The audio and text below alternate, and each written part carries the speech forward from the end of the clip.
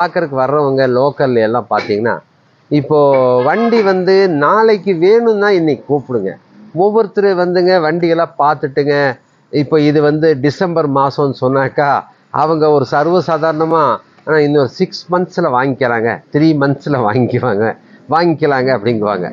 அது கேட்கும்போது ரொம்ப தமாஷா தான் இருக்குதுங்க.